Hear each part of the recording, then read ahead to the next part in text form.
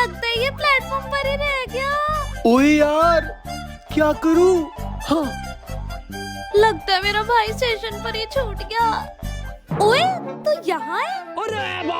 तू कहाँ रह गई थी? मैं तेरे को पूरे प्लेटफॉर्म पे ढूंढ रही थी और तू यहाँ पैटीज ठूस रहा है। हाँ तो तूने ही कहा था ना पैटीज लेके आ जा। एक तो मैंने तुझे सब्सक्राइबर से बचवाया और तू यहाँ मेरी पैटीज खा रहा है। ला मेरे को दे।